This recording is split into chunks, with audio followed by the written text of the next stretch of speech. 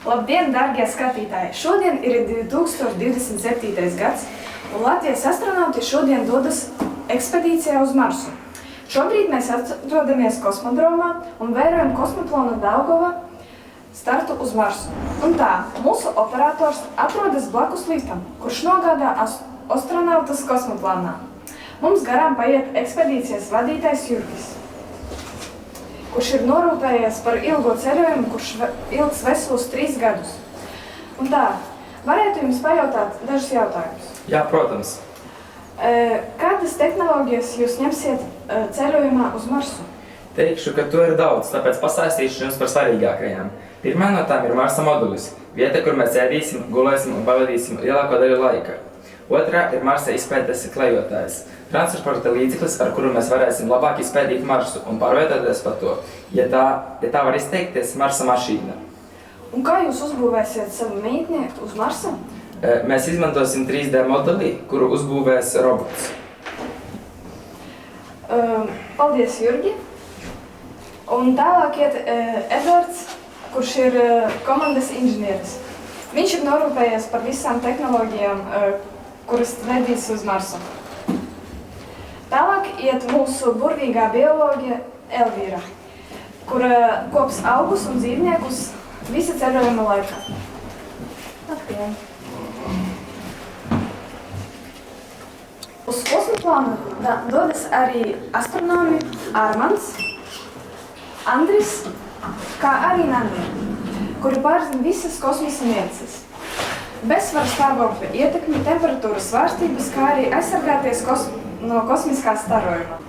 Vēl tikai komandas psihologs Emīls atvedās no savas sievas, kura apzinās to, ka atgriežoties uz Zemes, Emīls būs daudz jaunāk nekā viņa, jo lēs kosmoplānā ir lēnāk nekā uz mīļās Zemītes. Labdien! Mums ir informācija, ka jūs neesat vienkārši astronauts. Pastāstiet mums par sevi. Tieši tā. Es esmu arī psihologs. Saprotams, ka šie cilvēki dodas prom no Zemes uz citu planētu, kur nav ikdienā pieejamo lietu un cilvēku. Tāpēc arī esmu šeit, lai palīdzētu pārvarēt skumjas par Zemi.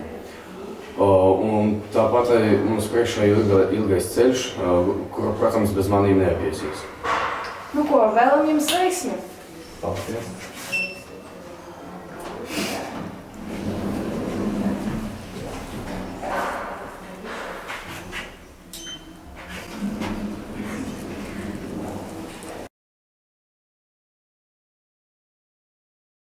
Labdien, labdien! Mēs esam pieslēgušies Marsam. Mūsu ekspedīcija pēc gada ilga ceļojuma ir laimīgi piemarsējušies. Mēs viņus redzam, bet diemžēl nedzirdam. Un tā, uz Marsa pirmais no kosmoplāna izkāp, kurš tad pirmais izkāps? Pirmais izkāps Armands, mūsu visu laiku spožākais prāts. Aiz viņa seko Edvards un pārējie tātad ir palikuši kosmoplānā un gatavojas līdzpaņemto mantu izkraušanai, lai varētu uzbūvēt pagaidu mītni uz šīs planētas. Vērosim, ko darīs mūsu pionieri. Viņi paziņo visai pasaulē, ka uz Marsa pirmie ir piemarsējušies Latvijas pilsoņi.